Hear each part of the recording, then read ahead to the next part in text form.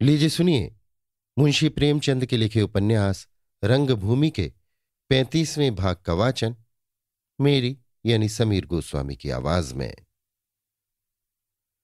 विनय सिंह आबादी में दाखिल हुए तो सवेरा हो गया था।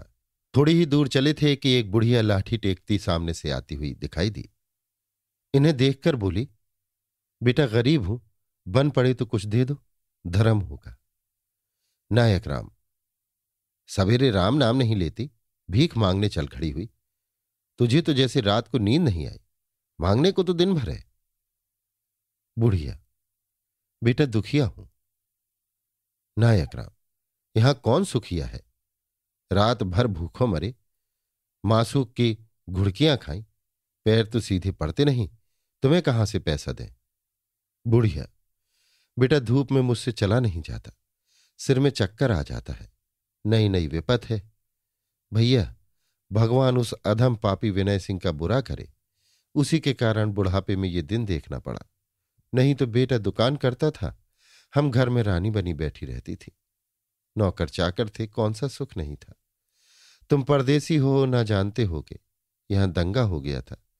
मेरा लड़का दुकान से हिला तक नहीं, पर उस निगोड़े विनय सिंह ने शहादत दे दी कि ये भी दंगे में मिला हुआ था। पुलिस हमारे ऊपर बहुत दिनों से दांत लगाए थी, कोई दांव न पाती थी। ये शहादत पाते ही दौड़ आ गई। लड़का पकड़ लिया गया और 3 साल की सजा हो गई। 1000 जरीमाना हुआ। घर की 20,000 की गृहस्थी तहस नहस हो गई। घर में बहू है, छोटे बच्चे हैं। इसी तरह मांग जांच कर उनको पालती पोसती। न जाने उस कलमुही ने कब का बैर निकाला। विनय ने जेब से 1 रुपया निकालकर बुढ़िया को दिया और आकाश की ओर देखकर ठंडी सांस ली। ऐसी मानसिक वेदना उन्हें कभी न हुई थी। बुढ़िया ने रुपया देखा तो चौंक पड़ी, समझी शायद भूल से दे दिया है। बोली, बेटा ये तो रुपया है।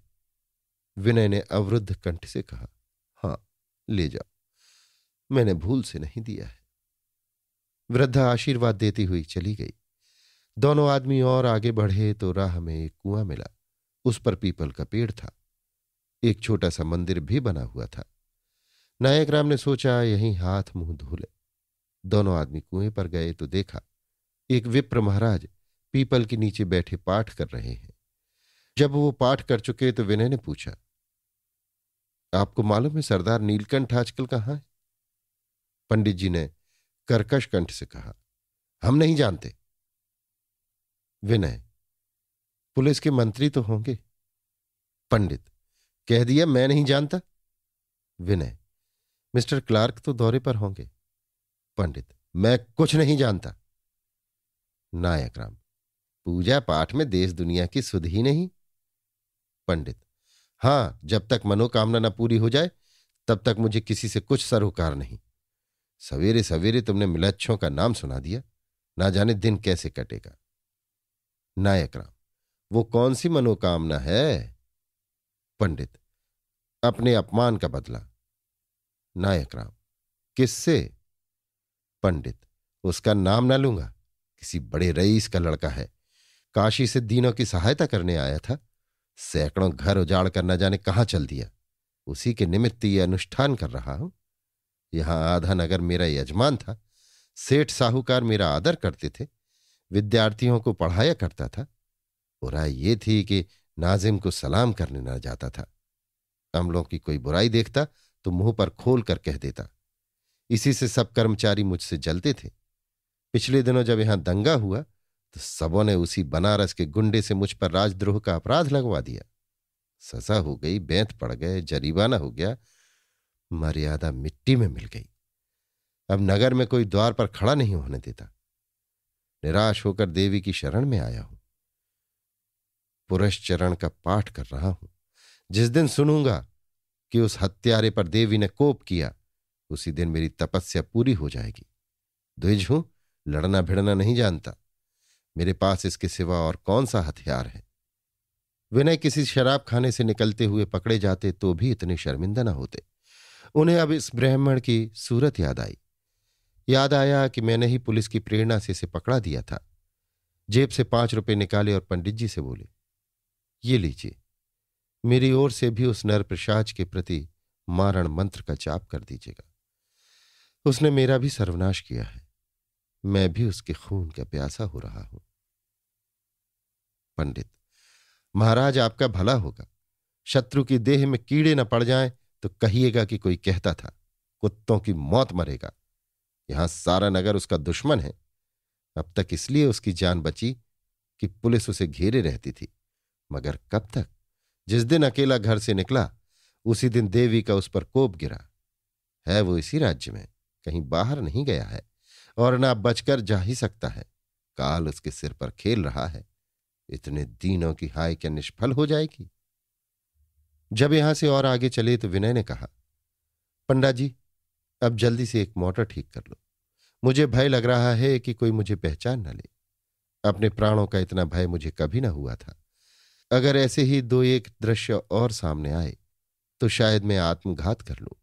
आह, मेरा कितना पतन हुआ है, और अब तक मैं यही समझ रहा था कि मुझसे कोई अनौचित्य नहीं हुआ। मैंने सेवा का व्रत लिया था, घर से परोपकार करने चला था, खूब परोपकार किया। शायद ये लोग मुझे जीवन पर्यंत न भूलेंगे। नायक राम, भैया भूल चूक आदमी ही से होती है, अब उसका पछतावा न करो। विनय, नायक राम, ये भूल चूक नहीं है, ईश्वरीय विधान है। ऐसा ज्ञात होता है कि ईश्वर सद्व्रतधारियों की कठिन परीक्षा लिया करते हैं। सेवक का पद इन परीक्षाओं में सफल हुए बिना नहीं मिलता। मैं परीक्षा में गिर गया, बुरी तरह गिर गया। नायक राम का विचार था कि जरा जेल के दरोगा साहब का कुशल समाचार पूछते चलें, लेकिन मौका न देखा तो तुरंत मोटर सर्विस के दफ्तर में गए। वहां मालूम हुआ कि दरबार ने सब मोटरों को एक सप्ताह के लिए रोक लिया है। मिस्टर क्लार्क के कई मित्र बाहर से शिकार खेलने आए हुए थे। अब क्या हो? नायक राम को घोड़े पर चढ़ना ना आता था और विनय को ये उचित ना मालूम होता था कि आप तो सवार होकर चलें, और वो पांव पांव। नायक राम, भैया तुम सवार हो जाओ, मेरी कौन? अभी अवसर पड़ जाए तो 10 कोस जा सकता हूं। विनय, तो मैं ही ऐसा कौन मरा जाता हूं? अब रात की थकावट दूर हो गई। दोनों आदमियों ने कुछ जलपान किया और उदयपुर चले।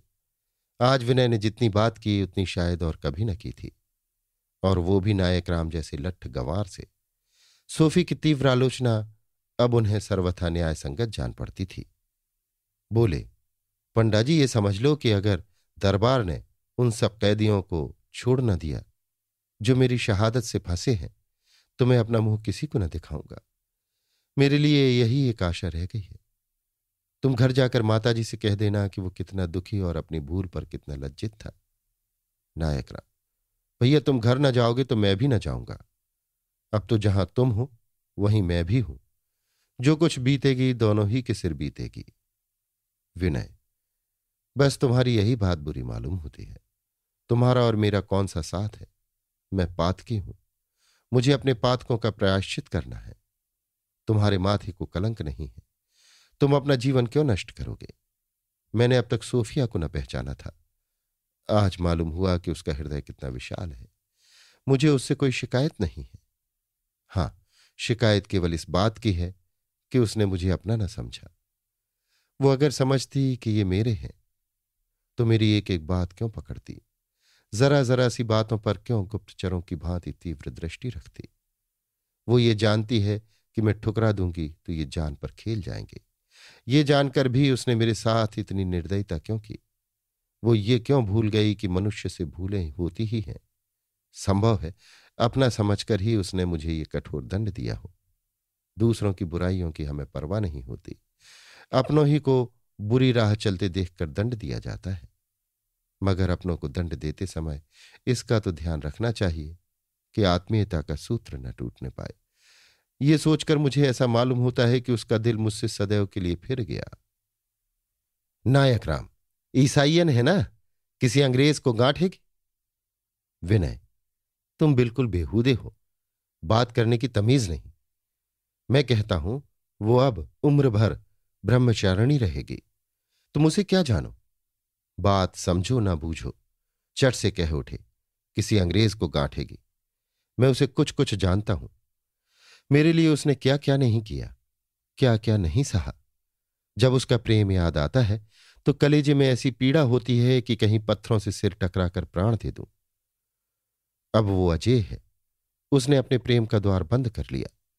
मैंने उस जन्म में न जाने कौन सी तपस्या की थी जिसका सुफल इतने दिनों भोगा। अब कोई देवता बनकर भी उसके सामने आए तो वो उसकी ओर आंख उठाकर भी न देखेगी। जन्म से ईसाइयन भले ही हो, पर संस्कारों से, कर्मों से वो आर्य महिला है। मैंने उसे कहीं का न रखा। आप भी डूबा, उसे भी ले डूबा। अब तुम देखना कि रियासत को वो कैसा नाकों चने चबवाती है। उसकी वाणी में इतनी शक्ति है कि आन की आन में रियासत का निशान मिटा सकती है। नायक राम, हां, है तो ऐसी ही आफत की परकाला। विनय, फिर वही मूर्खता की बात। मैं तुमसे कितनी बार कह चुका हूं कि मेरे सामने उसका नाम इज्जत से लिया करो। मैं उसके विषय में किसी के मुख से एक भी अनुचित शब्द नहीं सुन सकता। वो अगर मुझे भालों से छेदे तो भी उसके प्रति मेरे मन में उपेक्षा का भाव न आएगा। प्रेम में प्रतिकार नहीं होता। प्रेम अनंत क्षमा, अनंत उदारता, अनंत धैर्य से परिपूर्ण होता है। यों बातें करते हुए दोनों ने दोपहर तक आधी मंजिल काटी। दोपहर को आराम करने लगे तो ऐसे सोए कि शाम हो गई। रात को वहीं ठहरना पड़ा। सराय मौजूद थी, विशेष कष्ट न हुआ। हां, नायक राम को आज जिंदगी में पहली बार भंग न मिली और वो बहुत दुखी रहे। 1 तोले भंग के लिए 1 से 10 रुपए तक देने को तैयार थे, पर आज भाग्य में उपास ही लिखा था। चारों ओर से हार कर वो सिर थाम कुएं की जगत पर आ बैठे, मानो किसी घर के आदमी की दाह क्रिया करके आए हों। विनय ने कहा, ऐसा व्यसन क्यों करते हो कि एक दिन भी उसके बिना न रहा जाए? छोड़ो इसे। भले आदमी, व्यर्थ में प्राण दिए जाते हो। नायक राम, भैया इस जन्म में तो छूटती नहीं, आगे की देव जाने। यहां तो मरते समय भी एक गोला सिरहाने रख लेंगे। वसीयत कर जाएंगे कि 1 सेर भंग हमारी चिता में डाल देना। कोई पानी देने वाला तो है नहीं, लेकिन अगर कभी भगवान ने वो दिन दिखाया तो लड़कों से कह जाऊंगा कि पिंड के साथ भंग का पिंडा भी जरूर देना। इसका मजा वही जानता है जो इसका सेवन करता है। नायक राम को आज भोजन अच्छा न लगा। नींद न आई, देह टूटती रही। गुस्से में सराय वाले को खूब गालियां दी, मारने दौड़े। बनिए को डांटा कि साफ शक्कर क्यों न दी। हलवाई से उलझ पड़े कि मिठाइयां क्यों खराब दी। देख तो तेरी क्या गत बनाता हूं। चलकर सीधे सरदार साहब से कहता हूं, बच्चा, दुकान न लुटवा दूं तो कहना। जानते हो मेरा नाम नायक राम है। यहां तेल की गंध से घिन है। हलवाई पैरों पड़ने लगा, पर उन्होंने एक न सुनी। यहां तक कि धमकाकर उससे 25 रुपए वसूल किए, किंतु चलते समय विनय ने रुपए वापस करा दिए। हां, हलवाई को ताकीद कर दी कि ऐसी खराब मिठाइयां न बनाया करे और तेल की चीज के घी के दाम न लिया करे। दूसरे दिन दोनों आदमी 10 बजते बजते उदयपुर पहुंच गए। पहला आदमी जो उन्हें दिखाई दिया वो स्वयं सरदार साहब थे। वो टमटम पर बैठे हुए दरबार से आ रहे थे। विनय को देखते ही घोड़ा रोक दिया और पूछा, आप कहां? विनय ने कहा, यहीं तो आ रहा था। सरदार, कोई मोटर न मिला? हां, ना मिला होगा तो टेलीफोन क्यों न कर दिया? यहां से सवारी भेज दी जाती। व्यर्थ इतना कष्ट उठाया। विनय, मुझे पैदल चलने का अभ्यास है, विशेष कष्ट नहीं हुआ। मैं आज आपसे मिलना चाहता हूं और एकांत में। आप कब मिल सकेंगे? सरदार, आपके लिए समय निश्चित करने की जरूरत नहीं। जब जी चाहे चले आइएगा, बल्कि वहीं ठहरिएगा भी। विनय, अच्छी बात है। सरदार साहब ने घोड़े को चाबुक लगाया और चल दिए। ये ना हो सका कि विनय को भी बिठा लेते, क्योंकि उनके साथ नायक राम को भी बैठाना पड़ता। विनय सिंह ने एक तांगा किया और थोड़ी देर में सरदार साहब के मकान पर जा पहुंचे। सरदार साहब ने पूछा, इधर कई दिनों से आपका कोई समाचार नहीं मिला। आपके साथ के और लोग कहाँ हैं? कुछ मिसेस क्लार्क का पता चला? विनय, साथ के आदमी तो पीछे हैं, लेकिन मिसेस क्लार्क का कहीं पता न चला। सारा परिश्रम विफल हो गया। वीरपाल की तो मैंने टोह लगा ली, उसका घर भी देख आया, पर मिसेस क्लार्क की खोज न मिली। सरदार साहब ने विस्मित होकर कहा, यह आप क्या कह रहे हैं? मुझे जो सूचना मिली थी वो तो ये कहती है कि आपसे मिसेस क्लार्क की मुलाकात हुई और अब मुझे आपसे होशियार रहना चाहिए। देखिए, मैं वो खत आपको दिखाता हूं। ये कहकर सरदार साहब मेज के पास गए, एक बादामी मोटे कागज पर लिखा हुआ खत उठा लाए और विनय सिंह के हाथ में रख दिया। जीवन में ये पहला अवसर था कि विनय ने असत्य का आश्रय लिया था। चेहरे पर हवाइयां उड़ने लगी। बात क्यों करने बाहें, ये समझ में न आया। नायक राम भी फर्श पर बैठे थे। समझ गए कि असमंजस में पड़े हुए हैं। झूठ बोलने और बातें बनाने में अभ्यस्त थे। बोले, कुंवर साहब, जरा मुझे दीजिए, किसका खत है? विनय, इंद्रदत्त का। नायक राम, ओहो, उस पगले का खत है। वही लौंडा ना जो सेवा समिति में आकर गाया करता था। उसके माँ बाप ने घर से निकाल दिया था। सरकार पगला है, ऐसी ही ऊट पटांग बातें किया करता है। सरदार, नहीं, किसी पगले लौंडे की लेखनशीली ऐसी नहीं हो सकती। बड़ा चतुर आदमी है, इसमें कोई संदेह नहीं। उसके पत्र इधर कई दिनों से बराबर मेरे पास आ रहे हैं। कभी मुझे धमकाता है, कभी नीति के उपदेश देता है, किंतु जो कुछ कहता है शिष्टाचार के साथ। एक भी अशिष्ट अथवा अनर्गल शब्द नहीं होता। अगर ये वही इंद्रदत्त है जिसे आप जानते हैं तो और भी आश्चर्य है। संभव है उसके नाम से कोई दूसरा ही आदमी पत्र लिखता हो। ये कोई साधारण शिक्षा पाया हुआ आदमी नहीं मालूम होता। विनय सिंह तो ऐसे सिट पिटा गए जैसे कोई सेवक अपने स्वामी का संदूक खोलता हुआ पकड़ा जाए। मन में झुंझला रहे थे कि मैंने क्यों मिथ्या भाषण किया। मुझे छिपाने की जरूरत ही क्या थी। लेकिन इंद्रदत्त का इस पत्र से क्या उद्देश्य है? क्या मुझे बदनाम करना चाहता है? नायक राम, कोई दूसरा ही आदमी होगा। उसका मतलब यही है कि यहां के हाकिमों को कुंवर साहब से भड़का दें। क्यों भैया, समिति में कोई विद्वान आदमी था? विनय, सभी विद्वान थे, उनमें मूर्ख कौन है? इंद्रदत्त भी उच्च कोटि की शिक्षा पाए हुए हैं, पर मुझे न मालूम था कि वो मुझसे इतना द्वेष रखता है। ये कहकर विनय ने सरदार साहब को लज्जित नेत्रों से देखा। असत्य का रूप प्रतिक्षण भयंकर तथा मिथ्यान्धकार और भी सघन होता जाता था। तब वो सकचाते हुए बोले, सरदार साहब, क्षमा कीजिएगा, मैं आपसे झूठ बोल रहा था। इस पत्र में जो कुछ लिखा है वो अक्षरशः सत्य है। निस्संदेह मेरी मुलाकात मिसेस क्लार्क से हुई। मैं इस घटना को आपसे गुप्त रखना चाहता था, क्योंकि मैंने उन्हें इसका वचन दे दिया था। वो वहां बहुत आराम से हैं, यहां तक कि मेरे बहुत आग्रह करने पर भी मेरे साथ न आई। सरदार साहब ने बेपरवाही से कहा, राजनीति में वचन का बहुत महत्व नहीं है। अब मुझे आपसे चौकन्ना रहना पड़ेगा। अगर इस पत्र ने मुझे सारी बातों का परिचय न दे दिया होता तो आपने तो मुझे मुगालता देने में कोई बात उठा न रखी थी। आप जानते हैं हमें आजकल इस विषय में गवर्नमेंट से कितनी धमकियां मिल रही हैं। यों कहिए कि मिसेस क्लार्क के सकुशल लौट आने पर ही हमारी कारगुजारी निर्भर है। खैर, ये क्या बात है? मिसेस क्लार्क आई क्यों नहीं? क्या बदमाशों ने उन्हें आने न दिया? विनय, वीरपाल तो बड़ी खुशी से उन्हें भेजना चाहता था। यही एक साधन है जिससे वो अपनी प्राण रक्षा कर सकता है, लेकिन वो खुद ही आने पर तैयार न हुई। सरदार, मिस्टर क्लार्क से नाराज तो नहीं है? विनय, हो सकता है जिस दिन विद्रोह हुआ था मिस्टर क्लार्क नशे में अचेत पड़े थे। शायद इसी कारण उनसे चिढ़ गई हो। ठीक ठीक कुछ नहीं कह सकता। हाँ, उनसे भेंट होने से ये बात स्पष्ट हो गई कि हमने जसवंत नगर वालों का दमन करने में बहुत सी बातें न्याय विरुद्ध की। हमें शंका थी कि विद्रोहियों ने मिसेस क्लार्क को या तो कैद कर रखा है या मार डाला है। इसी शंका पर हमने दमन नीति का व्यवहार किया, सबको एक लाठी से हाँका, किंतु दो बातों में से एक भी सच न निकली। मिसेस क्लार्क जीवित हैं और प्रसन्न हैं। वो वहां से स्वयं नहीं आना चाहती।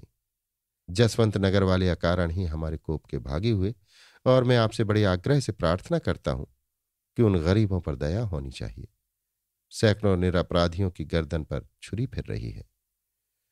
सरदार साहब जानबूझकर किसी पर अन्याय न करना चाहते थे, पर अन्याय कर चुकने के बाद अपनी भूल स्वीकार करने का उन्हें साहस न होता था। न्याय करना उतना कठिन नहीं है जितना अन्याय का शमन करना। सोफी के गुम हो जाने से उन्हें केवल गवर्नमेंट की वक्र दृष्टि का भय था, पर सोफी का पता मिल जाना समस्त देश के सामने अपनी अयोग्यता और निशंसता का डंका पीटना था। मिस्टर क्लार्क को खुश करके गवर्नमेंट को खुश किया जा सकता था, पर प्रजा की जबान इतनी आसानी से न बंद की जा सकती थी। सरदार साहब ने कुछ सकुचाते हुए कहा, ये तो मैं मान सकता हूं कि मिसेस क्लार्क जीवित हैं, लेकिन आप तो क्या, ब्रह्मा भी आकर कहें कि वो वहां प्रसन्न है और आना नहीं चाहती, तो भी मैं स्वीकार न करूंगा। ये बच्चों की सी बात है। किसी को अपने घर से इतनी अरुचि नहीं होती कि वो शत्रुओं के साथ रहना पसंद करे।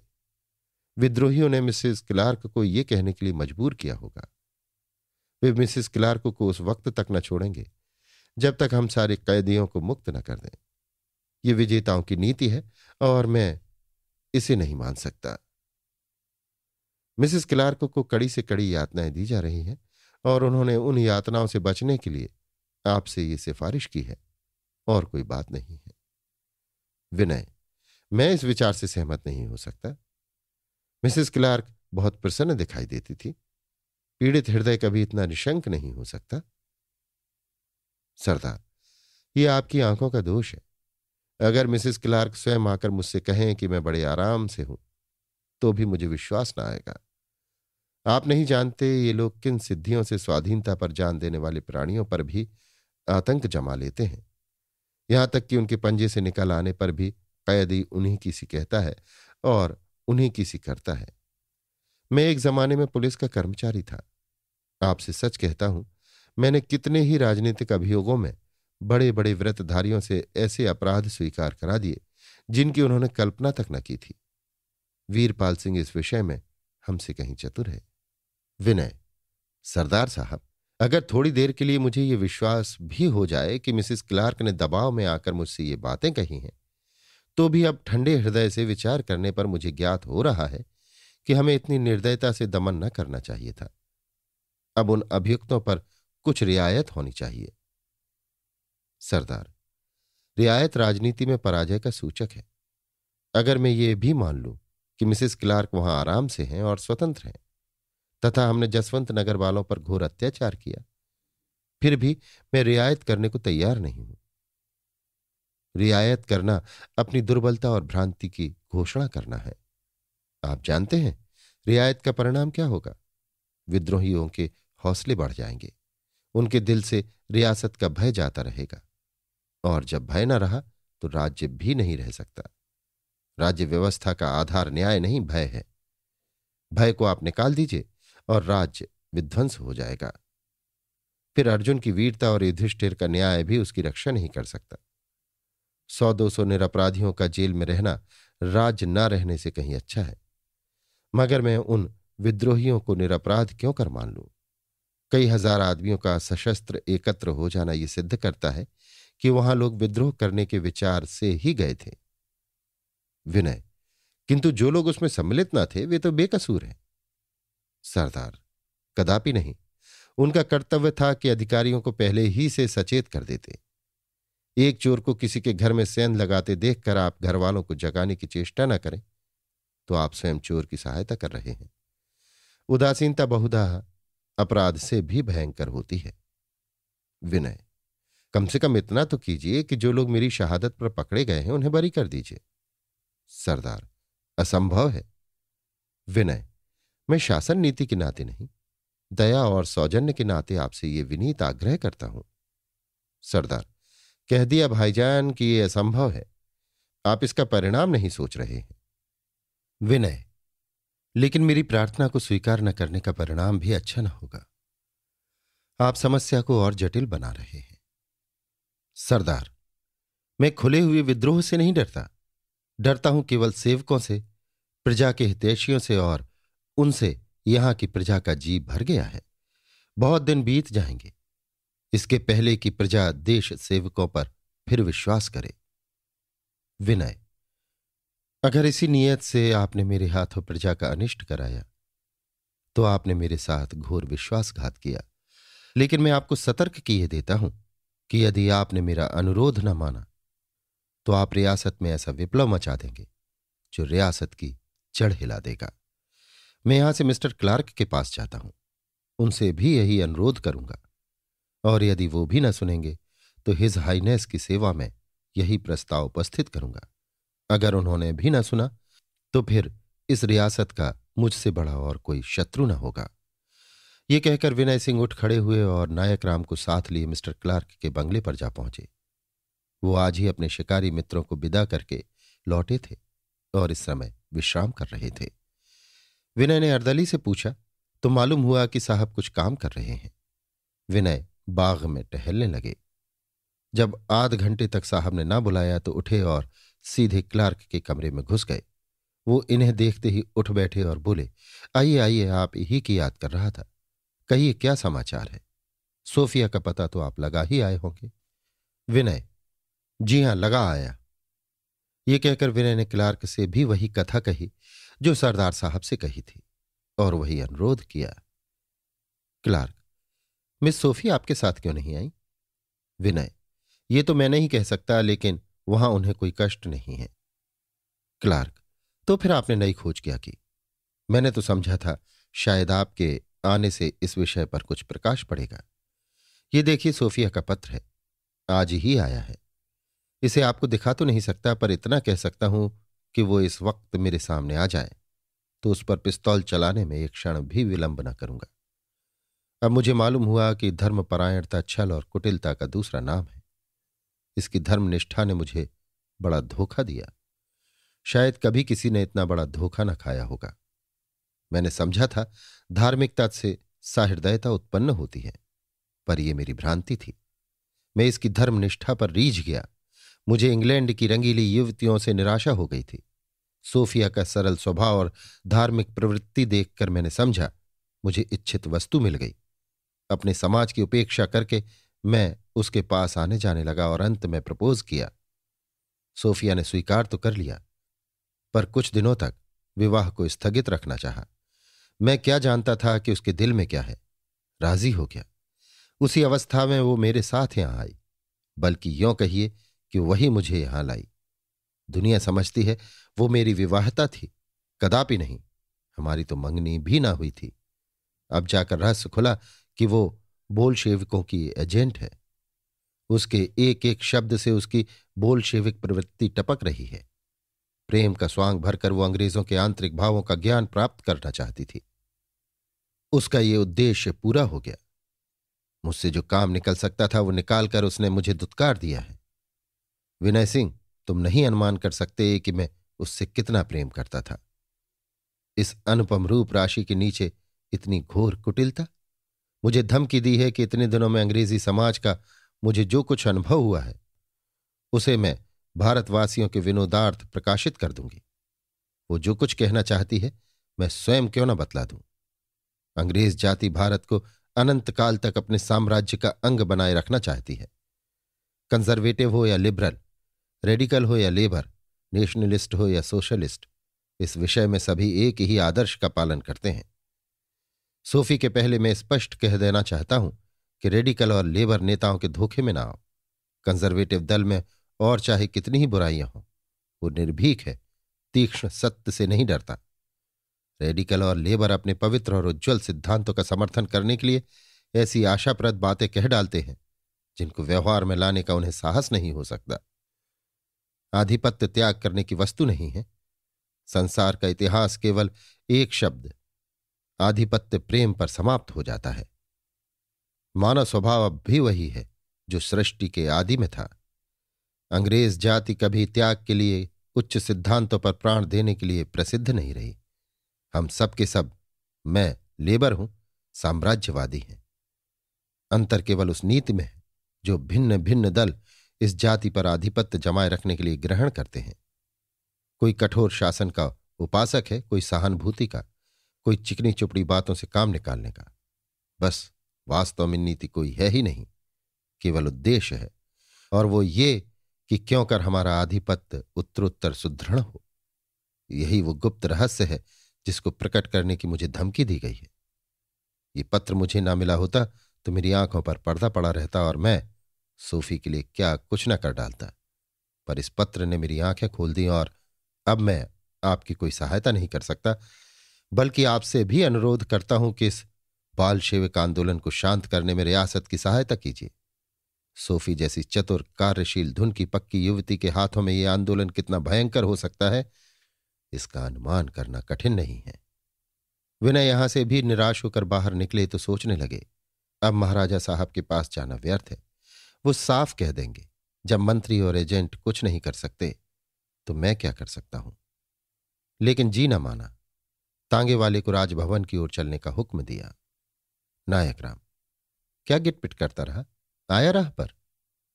विनय, यही राह पर आ जाता तो महाराजा साहब के पास क्यों चलते। नायक राम, 1000-2000 मांगता हो तो दे क्यों नहीं देते। अफसर छोटे हो या बड़े सभी लोभी होते हैं। विनय, क्या पागलों की सी बातें करते हो।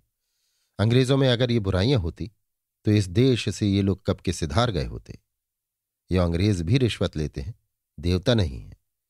पहले पहल जो अंग्रेज यहां आए थे वे तो पूरे डाकू थे, लेकिन अपने राज्य का अपकार करके ये लोग कभी अपना उपकार नहीं करते। रिश्वत भी लेंगे तो उसी दशा में जब राज्य को उससे कोई हानि न पहुंचे। नायक राम चुप हो रहे। तांगा राजभवन की ओर जा रहा था। रास्ते में कई सड़कें, कई पाठशालाएं, कई चिकित्सालय मिले। इन सबों के नाम अंग्रेजी थे। यहां तक कि एक पार्क मिला, वो भी किसी अंग्रेज एजेंट के नाम से अलंकृत था। ऐसा जान पड़ता था कोई भारतीय नगर नहीं, अंग्रेजों का शिविर है। तांगा जब राजभवन के सामने पहुंचा तो विनय सिंह उतर पड़े और महाराजा के प्राइवेट सेक्रेटरी के पास गए। ये एक अंग्रेज था। विनय से हाथ मिलाते हुए बोला, महाराजा साहब तो अभी पूजा पर हैं। 11 बजे बैठा था, 4 बजे उठेगा। क्या आप लोग इतनी देर तक पूजा किया करता है। विनय, हमारे यहां ऐसे ऐसे पूजा करने वाले हैं जो कई कई दिन तक समाधि में मग्न रहते हैं। पूजा का वो भाग जिसमें परमात्मा या अन्य देवताओं से कल्याण की याचना की जाती है शीघ्र ही समाप्त हो जाता है, लेकिन वो भाग जिसमें योग क्रियाओं द्वारा आत्मशुद्धि की जाती है बहुत विशद होता है। सेक्रेटरी, हम जिस राजा के साथ पहले था वो सवेरे से 2 बजे तक पूजा करता था, तब भोजन करता था और 4 बजे सोता था। फिर 9 बजे पूजा पर बैठ जाता था और 2 बजे रात को उठता था। वो 1 घंटे के लिए सूर्यास्त के समय बाहर निकलता था, पर इतनी लंबी पूजा मेरे विचार में अस्वाभाविक है। मैं समझता हूं कि ये ना तो उपासना है, ना आत्मशुद्धि की क्रिया, केवल एक प्रकार की अकर्मण्यता है। विनय का चित्त इस समय इतना व्यग्र हो रहा था कि उन्होंने इस कटाक्ष का कुछ उत्तर न दिया। सोचने लगे, अगर राजा साहब ने भी साफ जवाब दिया तो मेरे लिए क्या करना उचित होगा। अभी इतने बेगुनाहों के खून से हाथ रंगे हुए हैं, कहीं सोफी ने गुप्त हत्याओं का अभिनय आरंभ किया तो उनका खून भी मेरी ही गर्दन पर होगा। इस विचार से वो इतने व्याकुल हुए कि एक ठंडी सांस लेकर आराम कुर्सी पर लेट गए और आंखें बंद कर ली। यों वो नित्य संध्या करते थे, पर आज पहली बार ईश्वर से दया प्रार्थना की। रात भर के जागे, दिन भर के थके थे ही, एक झपकी आ गई। जब आंखें खुली तो 4 बज चुके थे। सेक्रेटरी से पूछा, अब तो हिज हाइनेस पूजा पर से उठ गए होंगे। सेक्रेटरी, आपने तो एक लंबी नींद ले ली। ये कहकर उसने टेलीफोन द्वारा कहा, कुंवर विनय सिंह हिज हाइनेस से मिलना चाहते हैं। एक क्षण में जवाब आया, आने दो। विनय सिंह महाराज के दीवाने खास में पहुंचे। वहां कोई सजावट न थी, केवल दीवारों पर देवताओं के चित्र लटके हुए थे। कालीन के फर्श पर सफेद चादर बिछी हुई थी। महाराजा साहब मसनद पर बैठे हुए थे। उनकी देह पर केवल एक रेशमी चादर थी और गले में एक तुलसी की माला। मुख से साधुता झलक रही थी। विनय को देखते ही बोले, आओ जी, बहुत दिन लगा दिए। मिस्टर क्लार्क की मेम का कुछ पता चला। विनय, जी हां, वीरपाल के घर हैं और बड़े आराम से हैं। वास्तव में अभी मिस्टर क्लार्क से उसका विवाह नहीं हुआ है, केवल मंगनी हुई है। इनके पास आने पर राजी नहीं होती हैं। कहती हैं मैं यहीं बड़े आराम से हूं और मुझे भी ऐसा ही ज्ञात होता है। महाराजा, हरी हरी, ये तो तुमने विचित्र बात सुनाई। इनके पास आती ही नहीं। समझ गया, उन सबों ने वशीकरण कर दिया होगा। शिव शिव, इनके पास आती ही नहीं। विनय, अब विचार कीजिए कि वो तो जीवित हैं और सुखी हैं, और यहां हम लोगों ने कितने ही निरपराधियों को जेल में डाल दिया, कितने ही घरों को बर्बाद कर दिया और कितनों ही को शारीरिक दंड दिए। महाराजा, शिव शिव, घोर अनर्थ हुआ। विनय, भ्रम में हम लोगों ने गरीबों पर कैसे कैसे अत्याचार किए कि उनकी याद ही से रोमांच हो आता है। महाराज बहुत उचित कहते हैं, घोर अनर्थ हुआ। ज्यों ही ये बात लोगों को मालूम हो जाएगी, जनता में हाहाकार मच जाएगा। इसलिए अब यही उचित है कि हम अपनी भूल स्वीकार कर लें और कैदियों को मुक्त कर दें। महाराजा, हरी हरी, ये कैसे होगा बेटा? राजों से भी कहीं भूल होती है? शिव शिव, राजा तो ईश्वर का अवतार है। हरी हरी, वो एक बार जो कर देता है उसे फिर नहीं मिटा सकता। शिव शिव, राजा का शब्द ब्रह्मलेख है, वो नहीं मिट सकता। हरी हरी। विनय, अपनी भूल स्वीकार करने में जो गौरव है वो अन्याय को चिरायु रखने में नहीं। अधीश्वरों के लिए क्षमा ही शोभा देती है। कैदियों को मुक्त करने की आज्ञा दी जाए, जुर्माने के रुपए लौटा दिए जाएं और जिन्हें शारीरिक दंड दिए गए हैं उन्हें धन देकर संतुष्ट किया जाए। इससे आपकी कीर्ति अमर हो जाएगी। लोग आपका यश गाएंगे और मुक्त कंठ से आशीर्वाद देंगे। महाराजा, शिव शिव, बेटा तुम राजनीति की चालें नहीं जानते। यहां एक कैदी भी छोड़ा गया और रियासत पर वज्र गिरा। सरकार कहेगी मैम को न जाने किस नियत से छिपाए हुए हैं, कदाचित उस पर मोहित है, तभी तो पहले दंड का स्वांग भरकर अब विद्रोहियों को छोड़े देता है। शिव शिव, रियासत धूल में मिल जाएगी, रसातल को चली जाएगी। कोई न पूछेगा कि ये बात सच है या झूठ। कहीं इस पर विचार न होगा। हरी हरी, हमारी दशा साधारण अपराधियों से भी गई बीती है। उन्हें तो सफाई देने का अवसर दिया जाता है, न्यायालय में उन पर कोई धारा लगाई जाती है और उसी धारा के अनुसार उन्हें दंड दिया जाता है। हमसे कौन सफाई लेता है? हमारे लिए कौन सा न्यायालय है? हरी हरी, हमारे लिए ना कोई कानून है ना कोई धारा। जो अपराध चाहा लगा दिया, जो दंड चाहा दे दिया।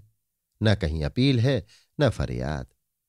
राजा विषय प्रेमी कहलाते ही हैं, उन पर यह दोषारोपण होते कितनी देर लगती है। कहा जाएगा तुमने क्लार्क की अति रूपवती मेम को अपने रनिवास में छिपा लिया और झूठ मूठ उड़ा दिया कि वो गुम हो गई। हरी हरी, शिव शिव। सुनता हूं बड़ी रूपवती स्त्री है, चांद का टुकड़ा है, अप्सरा है। बेटा, इस अवस्था में ये कलंक न लगाओ। वृद्धावस्था भी हमें ऐसे कुत्सित दोषों से नहीं बचा सकती। मशहूर है राजा लोग रसादी का सेवन करते हैं, इसलिए जीवन पर्यंत हष्टपुष्ट बने रहते हैं। शिव शिव, ये राज्य नहीं है, अपने कर्मों का दंड है। नकटा जिए बुरे हवाल। शिव शिव, अब कुछ नहीं हो सकता। 150 निर्दोष मनुष्यों का जेल में पड़ा रहना कोई असाधारण बात नहीं। वहां भी तो भोजन वस्त्र मिलता ही है। अब तो जेल खानों की दशा बहुत अच्छी है। नए नए कुर्ते दिए जाते हैं, भोजन भी अच्छा दिया जाता है। हाँ, तुम्हारी खातिर से इतना कर सकता हूं कि जिन परिवारों का कोई रक्षक न रह गया हो अथवा जो जुर्माने के कारण दरिद्र हो गए हों, उन्हें गुप्त रीति से कुछ सहायता दे दी जाए। हरी हरी, तुम अभी क्लार्क के पास तो नहीं गए थे? विनय, गया था, वहीं से तो आ रहा हूं। महाराजा घबराकर, उनसे तो ये नहीं कह दिया कि मैम साहब बड़े आराम से हैं और आने पर राजी नहीं हैं? विनय, ये भी कह दिया, छिपाने की कोई बात न थी। किसी भांति उन्हें धैर्य तो हो। महाराजा जांग पर हाथ पटककर, सर्वनाश कर दिया। हरी हरी, चौपट नाश कर दिया। शिव शिव, आग तो लगा दी, अब मेरे पास क्यों आए हो? शिव शिव, क्लार्क कहेगा कैदी कैद में आराम से है, तो इसमें कुछ ना कुछ रहस्य है। अवश्य कहेगा, ऐसा कहना स्वाभाविक भी है। मेरे अदिन आ गए। शिव शिव, मैं इस आक्षेप का क्या उत्तर दूंगा? भगवान, तुमने घोर संकट में डाल दिया। यही कहते हैं बचपन की बुद्धि। वहां ना जाने कौन सा शुभ समाचार कहने दौड़े थे। पहले प्रजा को भड़काया, रियासत में आग लगाई, अब ये दूसरा आघात किया। मूर्ख, तुझे क्लार्क से कहना चाहिए था वहां मैम को नाना प्रकार के कष्ट दिए जा रहे हैं, अनेक यातनाएं मिल रही हैं। ओह शिव शिव।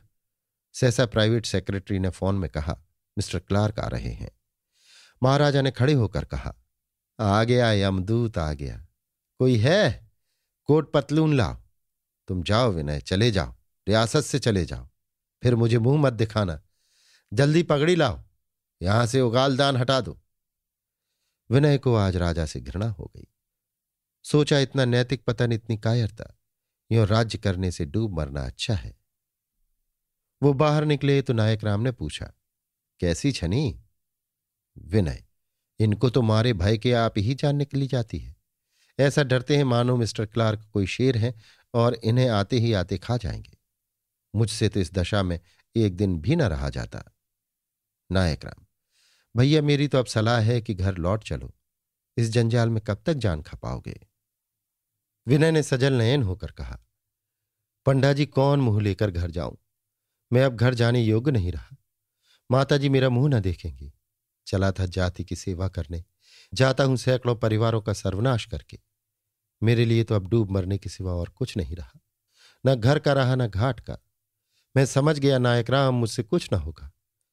मेरे हाथों किसी का उपकार न होगा। मैं विष बोने ही के लिए पैदा किया गया हूं। मैं सर्प हूं जो काटने के सिवा और कुछ नहीं कर सकता।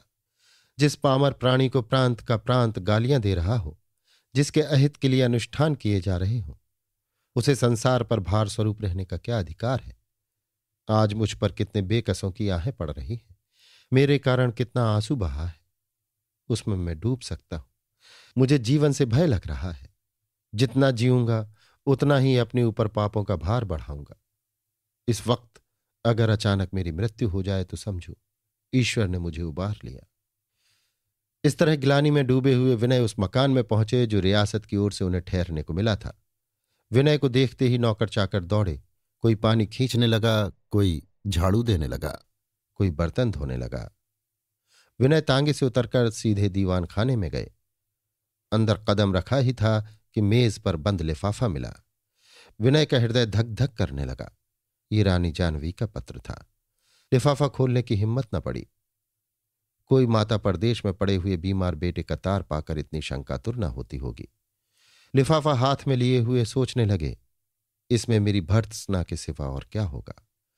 इंद्रदत्त ने जो कुछ कहा है वही तीव्र शब्दों में यहां दोहराया गया होगा। लिफाफा ज्यों का त्यों रख दिया और सोचने लगे, अब क्या करना चाहिए? क्यों ना यहां बाजार में खड़े होकर जनता को सूचित कर दूं कि दरबार तुम्हारे साथ ही अन्याय कर रहा है। लेकिन इस समय पीड़ित जनता को सहायता की जरूरत है। धन कहां से आए? पिताजी को लिखूं कि आप इस समय मेरे पास जितने रुपए भेज सकें भेज दीजिए। रुपए आ जाएं तो यहां अनाथों में बांट दूं। नहीं, सबसे पहले वायसराय से मिलूं और यहां की यथार्थ स्थिति उनसे बयान करूं।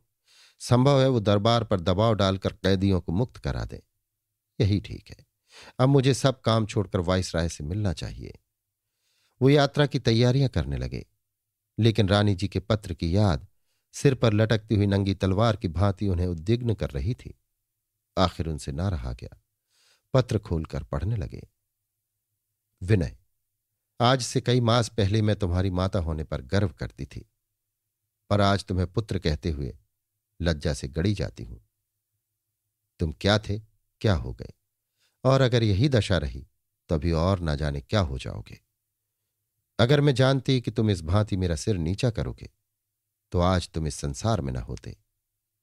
निर्दयी, इसीलिए तूने मेरी कोख में जन्म लिया था, इसीलिए मैंने तुझे अपना हृदय रक्त पिला पिला कर पाला था। चित्रकार जब कोई चित्र बनाते बनाते देखता है कि इससे मेरे मन के भाव व्यक्त नहीं होते तो वो तुरंत उसे मिटा देता है। उसी भांति मैं तुझे भी मिटा देना चाहती हूं। मैंने ही तुम्हें रचा है, मैंने ही तुम्हें ये देह प्रदान की है। आत्मा कहीं से आई हो, देह मेरी है, मैं उसे तुमसे वापस मांगती हूं। अगर तुम में अब भी कुछ आत्मसम्मान है तो मेरी अमानत मुझे लौटा दो। तुम्हें जीवित देखकर मुझे दुख होता है। जिस कांटे से हृदय वेदना हो रही है उसे निकाल सकूं तो क्यों ना निकाल दूं। क्या तुम ये मेरी अंतिम अभिलाषा पूरी करोगे या अन्य अभिलाषाओं की भांति इसे भी धूल में मिला दोगे? मैं अब भी तुम्हें इतना लज्जा शून्य नहीं समझती, नहीं तो मैं स्वयं आती और तुम्हारे मर्म स्थल से वो वस्तु निकाल लेती जो तुम्हारी कुमति का मूल है। क्या तुम्हें मालूम नहीं कि संसार में कोई ऐसी वस्तु भी है जो संतान से अधिक प्रिय होती है? वो आत्मगौरव है। अगर तुम्हारे जैसे मेरे 100 पुत्र होते तो मैं उन सबों को उसकी रक्षा के लिए बलिदान कर देती। तुम समझते होगे मैं क्रोध से बावली हो गई हूं। ये क्रोध नहीं है, अपनी आत्मवेदना का रोदन है। जिस माता की लेखनी से ऐसे निर्दय शब्द निकले उसके शोक, नैराश्य और लज्जा का अनुमान तुम जैसे दुर्बल प्राणी नहीं कर सकते। अब मैं और कुछ न लिखूंगी, तुम्हें समझाना व्यर्थ है। जब उम्र भर की शिक्षा निष्फल हो गई तो एक पत्र की शिक्षा का क्या फल होगा? अब केवल 2 इच्छाएं हैं, ईश्वर से तो ये कि तुम जैसी संतान 7वें वैरी को भी ना दे, और दूसरे ये कि अपने जीवन की क्रूर लीला को समाप्त करो। विनय ये पत्र पढ़कर रोए नहीं, क्रुद्ध नहीं हुए, ग्लानित भी नहीं हुए। उनके नेत्र गर्वोत्तेजना से चमक उठे। मुखमंडल पर आरक्त तेज की आभा दिखाई दी, जैसे किसी कविश्वर के मुख से अपने पूर्वजों की वीर गाथा सुनकर मन चले राजपूत का मुख तमतमा उठे। माता तुम्हें धन्य है। स्वर्ग में बैठी हुई वीर राजपुतानियों की वीर आत्माएं तुम्हारी आदर्शवादिता पर गर्व करती होंगी। मैंने अब तक तुम्हारी अलौकिक वीरता का परिचय न पाया था। तुमने भारत की विदेशियों का मस्तक उन्नत कर दिया। देवी, मैं स्वयं अपने को तुम्हारा पुत्र कहते हुए लज्जित हूं। हां, मैं तुम्हारा पुत्र कहलाने योग्य नहीं हूं। तुम्हारे फैसले के आगे सिर झुकाता हूं। अगर मेरे पास 100 जानें होती तो सबों को तुम्हारे आत्मगौरव की रक्षा के लिए बलिदान कर देता। अभी इतना निर्लज्ज नहीं हुआ हूं। लेकिन यों नहीं, मैं तुम्हें इतना संतोष देना चाहता हूं कि तुम्हारा पुत्र जीना नहीं जानता पर मरना जानता है। अब विलंब क्यों? जीवन में जो कुछ ना करना था वो सब कुछ कर चुका। उसके अंत का इससे उत्तम और कौन अवसर मिलेगा? ये मस्तक केवल एक बार तुम्हारे चरणों पर तड़पेगा। संभव है अंतिम समय तुम्हारा पवित्र आशीर्वाद पा जाऊं। शायद तुम्हारे मुख से ये पावन शब्द निकल जाएं कि मुझे तुझसे ऐसी ही आशा थी। तूने जीना न जाना लेकिन मरना जानता है। यदि अंत समय भी तुम्हारे मुख से प्रिय पुत्र ये 2 शब्द सुन सका तो मेरी आत्मा शांत हो जाएगी और नरक में भी सुख का अनुभव करेगी। काश ईश्वर ने पर दिए होते तो उड़कर तुम्हारे पास पहुंच जाता। विनय ने बाहर की तरफ देखा। सूर्यदेव किसी लज्जित प्राणी की भांति अपना कांतिहीन मुख पर्वतों की आड़ में छिपा चुके थे। नायक राम पालथी मारे भंग घोट रहे थे। ये काम वो सेवकों से नहीं लेते थे। कहते ये भी एक विद्या है। कोई हल्दी मसाला तो है नहीं कि जो चाहे पीस दे। इसमें बुद्धि खर्च करनी पड़ती है, तब जाकर बूटी बनती है। कल नागा भी हो गया। तन्मय होकर भंग पीसते और रामायण की 2-4 चौपाइयां जो याद थी लय से गाते थे। इतने में विनय ने बुलाया। नायक राम, क्या है भैया? आज मजेदार बूटी बन रही है। तुमने कभी काहे को पी होगी? आज थोड़ी सी ले लेना, सारी थकावट भाग जाएगी। विनय, अच्छा इस वक्त बूटी रहने दो। अम्मा जी का पत्र आया है, घर चलना है, एक तांगा ठीक कर लो। नायक राम, भैया तुम्हारे तो सब काम उतावली के होते हैं। घर चलना है तो कल आराम से चलेंगे। बूटी छान कर रसोई बनाता हूं। तुमने बहुत कश्मीरी रसोइयों का बनाया हुआ खाना खाया है। आज जरा मेरे हाथ के भोजन का भी स्वाद लो। विनय, अब घर पहुंचकर ही तुम्हारे हाथ के भोजन का स्वाद लूंगा। नायक राम, माताजी ने बुलाया होगा। विनय, हां बहुत जल्द। नायक राम, अच्छा बूटी तो तैयार हो जाए, गाड़ी तो 9 बजे रात को जाती है। विनय, 9 बजने में देर नहीं है, 7 तो बज ही गए होंगे। नायक राम, जब तक असबाब बंधवाओ मैं जल्दी से बनाए लेता हूं। तकदीर में इतना सुख भी नहीं लिखा है कि निश्चिंत होकर बूटी तो बनाता। विनय, असबाब कुछ नहीं जाएगा। मैं घर से कोई असबाब लेकर नहीं आया था। यहां से चलते समय घर की कुंजी सरदार साहब को दे देनी होगी। नायक राम, और ये सारा असबाब? विनय, कह दिया कि मैं कुछ ना ले जाऊंगा। नायक राम, भैया तुम कुछ ना लो, पर मैं तो ये दुशाला और ये संदूक जरूर लूंगा। जिधर से दुशाला ओढ़कर निकल जाऊंगा देखने वाले लौट जाएंगे। विनय, ऐसी घातक वस्तु लेकर क्या करोगे जिसे देखकर ही सुथराव हो जाए? यहां की कोई चीज मत छूना, जाओ। नायक राम भाग्य को कोसते हुए घर से निकले तो घंटे भर तक गाड़ी का किराया ठीक करते रहे। आखिर जब ये जटिल समस्या किसी विधि न हल हुई तो एक को जबरदस्ती पकड़ लाए। तांगे वाला भुनभुनाता हुआ आया। सब हाकिम ही हाकिम तो है, मुदा जानवर के पेट को भी तो कुछ मिलना चाहिए। कोई माई का लाल ये नहीं सोचता कि दिन भर तो बेगार में मरेगा। क्या आप खाएगा, क्या जानवर को खिलाएगा, क्या बाल बच्चों को देगा? उस पर निरखनामा लिखकर गली गली लटका दिया। बस तांगे वाले ही सबको लूटे खाते हैं, और तो जितने अमले मुलाजिम हैं सब दूध के धोए हुए हैं। बक्शा ढोले, भीख मांग खाएं, मगर तांगा कभी न चलाएं। ज्यों ही तांगा द्वार पर आया, विनय आकर बैठ गए, लेकिन नायक राम अपनी अधघुटी बूटी क्यों कर छोड़ते। जल्दी जल्दी रगड़ी, छान कर पी, तमाकू खाई, आईना के सामने खड़े होकर पगड़ी बांधी, आदमियों को राम राम कहा और दुशाले को सचेष्ट नेत्रों से ताकते हुए बाहर निकले। तांगा चला। सरदार साहब का घर रास्ते ही में था।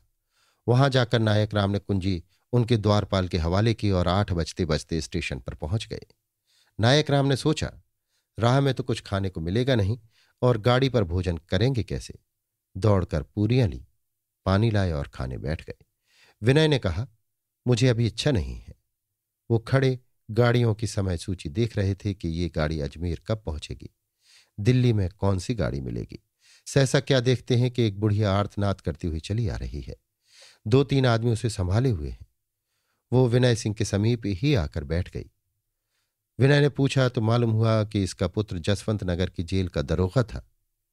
उसे दिन दहाड़े किसी ने मार डाला। अभी समाचार आया है और ये बेचारी शोकातुर माता यहां से जसवंत नगर जा रही है। मोटर वाले किराया बहुत मांगते थे, इसलिए रेलगाड़ी से जाती है। रास्ते में उतरकर बैलगाड़ी कर लेंगे। एक ही पुत्र था, बेचारी को बेटे का मुंह देखना भी न बदा था। विनय सिंह को बड़ा दुख हुआ। दरोगा बड़ा सीधा सादा आदमी था, कैदियों पर बड़ी दया किया करता था। उससे किसी को क्या दुश्मनी हो सकती थी। उन्हें तुरंत संदेह हुआ कि यह भी वीरपाल सिंह के अनुयायियों की क्रूर लीला है। सोफी ने कोरी धमकी न दी थी। मालूम होता है उसने गुप्त हत्याओं के साधन एकत्र कर लिए हैं। भगवान, मेरे दुष्कृत्यों का क्षेत्र कितना विस्तृत है। इन हत्याओं का अपराध मेरी गर्दन पर है, सोफी की गर्दन पर नहीं। सोफिया जैसी करुणामयी विवेकशीला धर्मनिष्ठा रमणी मेरी ही दुर्बलता से प्रेरित होकर हत्या मार्ग पर अग्रसर हुई है। ईश्वर, क्या अभी मेरी यातनाओं की मात्रा पूरी नहीं हुई? मैं फिर सोफिया के पास जाऊंगा, अवश्य जाऊंगा और उसके चरणों पर सिर रखकर विनीत भाव से कहूंगा, देवी, मैं अपने किए का दंड पा चुका, अब ये लीला समाप्त कर दो, अन्यथा यहीं तुम्हारे सामने प्राण त्याग दूंगा। लेकिन सोफी को पाऊं कहां? कौन मुझे उस दुर्गम दुर्ग तक ले जाएगा? जब गाड़ी आई तो विनय ने वृद्धा को अपनी ही गाड़ी में बिठाया। नायक राम दूसरी गाड़ी में बैठे, क्योंकि विनय के सामने उन्हें मुसाफिरों से चुहल करने का मौका न मिलता। गाड़ी चली। आज पुलिस के सिपाही प्रत्येक स्टेशन पर टहलती हुई नजर आते थे। दरबार ने मुसाफिरों की रक्षा के लिए यह विशेष प्रबंध किया था। किसी स्टेशन पर मुसाफिर सवार होते न नजर आते थे। विद्रोहियों ने कई जागीरदारों को लूट लिया था। 5वें स्टेशन से थोड़ी ही दूर पर एकाएक गाड़ी रुक गई। वहां कोई स्टेशन न था। लाइन के नीचे कई आदमियों की बातचीत सुनाई दी। फिर किसी ने विनय के कमरे का द्वार खोला। विनय ने पहले तो आगंतुक को रोकना चाहा। गाड़ी में बैठते ही उनका साम्यवाद स्वार्थवाद का रूप धारण कर लेता था।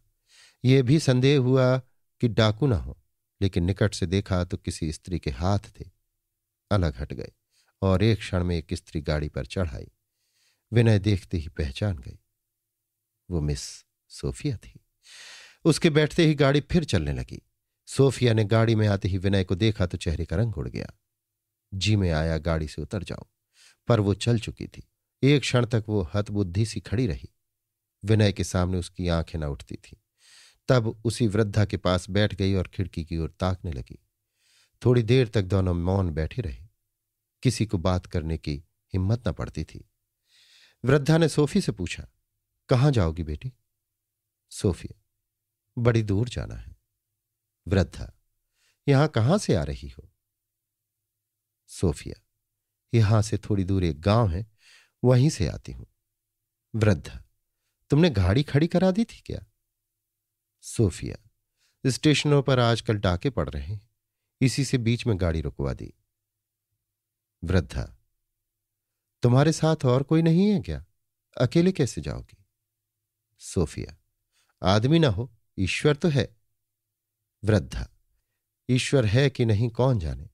मुझे तो ऐसा जान पड़ता है कि संसार का कर्ता धर्ता कोई नहीं है। जब ही तो दिन दहाड़े डाके पड़ते हैं, खून होते हैं। कल मेरे बेटे को डाकुओं ने मार डाला। रोकर, गऊ था गऊ, कभी मुझे जवाब नहीं दिया। जेल के कैदी उसको असीस दिया करते थे, कभी किसी भले मानस को नहीं सताया। उस पर ये वज्र गिरा तो कैसे कहूं कि ईश्वर है। सोफिया, क्या जसवंत नगर के जेलर आपके बेटे थे? वृद्धा, हाँ बेटी, यही एक लड़का था, सो भगवान ने हर लिया।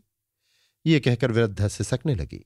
सोफिया का मुख किसी मरणासन्न रोगी के मुख की भांति निष्प्रभ हो गया। जरा देर तक वो करुणा के आवेश को दबाए हुए खड़ी रही, तब खिड़की के बाहर सिर निकालकर फूट फूट कर रोने लगी। उसका कुत्सित प्रतिकार नग्न रूप में उसके सामने खड़ा था। सोफी आध घंटे तक मुंह छिपाए रोती रही, यहां तक कि वो स्टेशन आ गया जहां वृद्धा उतरना चाहती थी। जब वो उतरने लगी तो विनय ने उसका असबाब उतारा और उसे सांत्वना देकर विदा किया। अभी विनय गाड़ी में बैठे भी न थे कि सोफी नीचे आकर वृद्धा के सम्मुख खड़ी हो गई और बोली, माता, तुम्हारे पुत्र की हत्या करने वाली मैं हूं। जो दंड चाहो दो, तुम्हारे सामने खड़ी हूं। वृद्धा ने विस्मित होकर कहा, क्या तू ही वो पिशाचिनी है जिसने दरबार से लड़ने के लिए डाकुओं को जमा किया? नहीं, तू नहीं हो सकती। तू तो मुझे करुणा और दया की मूर्ति सी दिखती है। सोफी, हाँ माता, मैं ही वो पिशाचिनी हूं। वृद्धा, जैसा तूने किया वैसा तेरे आगे आएगा। मैं तुझे और क्या कहूं, मेरी भांति तेरे दिन भी रोते बीते। इंजन ने सीटी दी। सोफी संज्ञा शून्य सी खड़ी थी, वहां से हिली तक नहीं। गाड़ी चल पड़ी। सोफी अब भी वहीं खड़ी थी। सहसा विनय गाड़ी से कूद पड़े, सोफिया का हाथ पकड़कर गाड़ी में बैठा दिया और बड़ी मुश्किल से आप भी गाड़ी में चढ़ गए। एक पल का भी विलंब होता तो वहीं रह जाते। सोफिया ने गिलानी भाव से कहा, विनय, तुम मेरा विश्वास करो या न करो, पर मैं सत्य कहती हूं कि मैंने वीरपाल को एक हत्या की भी अनुमति नहीं दी। मैं उसकी घातक प्रवृत्ति को रोकने की यथाशक्ति प्रयत्न करती रही, पर यह दल इस समय प्रत्याघात की धुन में उन्मत्त हो रहा है। किसी ने मेरी ना सुनी। यही कारण है मैं अब यहां से जा रही हूं। मैंने उस रात को आमर्श की दशा में तुमसे ना जाने क्या क्या बातें की, लेकिन ईश्वर ही जानते हैं इसका मुझे कितना खेद और दुख है। शांत मन से विचार करने पर मुझे मालूम हो रहा है कि निरंतर दूसरों को मारने और दूसरों के हाथों मारे जाने के लिए आपातकाल में ही हम तत्पर हो सकते हैं। यह दशा स्थायी नहीं हो सकती। मनुष्य स्वभावतः शांति प्रिय होता है। फिर जब सरकार की दमन नीति ने निर्बल प्रजा को प्रत्याघात पर आमादा कर दिया, तो क्या सबल सरकार और भी कठोर नीति का अवलंबन न करेगी? लेकिन मैं तुमसे ऐसी बातें कर रही हूं मानो तुम घर के आदमी हो। मैं भूल गई थी कि तुम राजभक्तों के दल में हो। पर इतनी दया करना कि मुझे पुलिस के हवाले न कर देना। पुलिस से बचने के लिए ही मैंने रास्ते में गाड़ी को रोककर सवार होने की व्यवस्था की। मुझे संशय है कि इस समय भी तुम मेरी ही तलाश में हो। विनय सिंह की आंखें सजल हो गईं। खिन्न स्वर में बोले, सोफिया, तुम्हें अख्तियार है मुझे जितना नीच और पतित चाहो समझो, मगर एक दिन आएगा जब तुम्हें इन वाक्यों पर पछताना पड़ेगा और तुम समझोगी कि तुमने मेरे ऊपर कितना अन्याय किया है। लेकिन जरा शांत मन से विचार करो, क्या घर पर यहां आने के पहले मेरे पकड़े जाने की खबर पाकर तुमने अभी वही नीति न धारण की थी? अंतर केवल इतना था कि मैंने दूसरों को बर्बाद किया, तुम अपने ही को बर्बाद करने पर तैयार हो गई। मैंने तुम्हारी नीति को क्षम्य समझा, वो आपद धर्म था। तुमने मेरी नीति को अक्षम्य समझा और कठोर से कठोर आघात जो तुम कर सकती थी वो कर बैठी। किंतु बात एक ही है, तुम्हें मुझको पुलिस की सहायता करते देखकर इतना शोकमय आश्चर्य न हुआ होगा जितना मुझको तुम्हें मिस्टर क्लार्क के साथ देखकर हुआ। इस समय भी तुम उसी प्रतिहिंसक नीति का अवलंबन कर रही हो, या कम से कम मुझसे कर चुकी हो। इतने पर भी तुम्हें मुझ पर दया नहीं आती। तुम्हारी झिड़कियां सुनकर मुझे जितना मानसिक कष्ट हुआ और हो रहा है वही मेरे लिए असाध्य था। उस पर तुमने इस समय और भी नमक छिड़क दिया। कभी तुम इस निर्दयता पर खून के आंसू बहाओगे। ये कहते कहते विनय का गला भर आया। फिर वो और कुछ न कह सके। सोफिया ने आंखों में असीम अनुराग भरकर कहा, आओ अब हमारी तुम्हारी मैत्री हो जाए। मेरी उन बातों को क्षमा कर दो। विनय ने कंठ स्वर को संभाल कर कहा, मैं कुछ कहता हूं, अगर जी न भरा हो तो और जो चाहो कह डालो। जब बुरे दिन आते हैं तो कोई साथी नहीं होता। तुम्हारे यहां से आकर मैंने कैदियों को मुक्त कराने के लिए अधिकारियों से, मिस्टर क्लार्क से, यहां तक कि महाराज साहब से भी जितनी अनुनय विनय की वो मेरा दिल ही जानता है। पर किसी ने मेरी बातें तक न सुनी। चारों तरफ से निराश होना पड़ा। सोफी, ये तो मैं जानती थी। इस वक्त कहां जा रही हो? विनय, जहन्नुम में। सोफी, मुझे भी लेते चलो। विनय, तुम्हारे लिए स्वर्ग है। एक क्षण बाद फिर बोले, घर जा रहा, अम्मा जी ने बुलाया है, मुझे देखने के लिए उत्सुक है। सोफिया, इंद्रदत्त तो कहते थे तुमसे बहुत नाराज हैं। विनय ने जेब से रानी जी का पत्र निकालकर सोफी को दे दिया और दूसरी ओर ताकने लगे। कदाचित वो सोच रहे थे कि ये तो मुझसे इतनी खिंच रही है और मैं बरबस इसकी ओर दौड़ा जाता हूं। सहसा सोफिया ने पत्र फाड़कर खिड़की के बाहर फेंक दिया और प्रेम विह्वल होकर बोली, मैं तुम्हें ना जाने दूंगी, ईश्वर जानता है ना जाने दूंगी। तुम्हारे बदले मैं स्वयं रानी जी के पास जाऊंगी और उनसे कहूंगी तुम्हारी अपराधिनी मैं हूं। ये कहते कहते उसकी आवाज फंस गई। उसने विनय के कंधे पर सिर रख दिया और फूट फूट कर रोने लगी। उसकी आवाज हल्की हुई तो फिर बोली, मुझसे वादा करो कि ना जाऊंगा। तुम नहीं जा सकते, धर्म और न्याय के नियम से नहीं जा सकते। बोलो, वादा करते हो? उन सजल नयनों में कितनी करुणा, कितनी याचना, कितनी विनय, कितना आग्रह था। विनय ने कहा, नहीं सोफी, मुझे जाने दो। तुम माता जी को खूब जानती हो। मैं न जाऊंगा तो वो अपने दिल में मुझे निर्लज्ज, बेहया, कायर समझने लगेंगी और इस उद्विग्नता की दशा में न जाने क्या कर बैठे। सोफिया, नहीं विनय, मुझ पर इतना जुल्म न करो। ईश्वर के लिए दया करो। मैं रानी जी के पास जाकर रोऊंगी, उनके पैरों पर गिरूंगी और उनके मन में तुम्हारे प्रति जो गुबार भरा हुआ है उसे अपने आंसुओं से धो डालूंगी। मुझे दावा है कि मैं उनके पुत्र वात्सल्य को जागृत कर दूंगी। मैं उनके स्वभाव से परिचित हूं। उनका हृदय दया का आगार है। जिस वक्त मैं उनके चरणों पर गिरकर कहूंगी, अम्मा, तुम्हारा बेटा मेरा मालिक है, मेरे नाते उसे क्षमा, उस वक्त वो मुझे पैरों से ठुकराएंगी नहीं, वहां से झल्लाई हुई उठकर चली जाएंगी। लेकिन एक क्षण बाद मुझे बुलाएंगी और प्रेम से गले लगाएंगी। मैं उनसे तुम्हारी प्राण भिक्षा मांगूंगी, फिर तुम्हें मांग लूंगी। मां का हृदय कभी इतना कठोर नहीं हो सकता।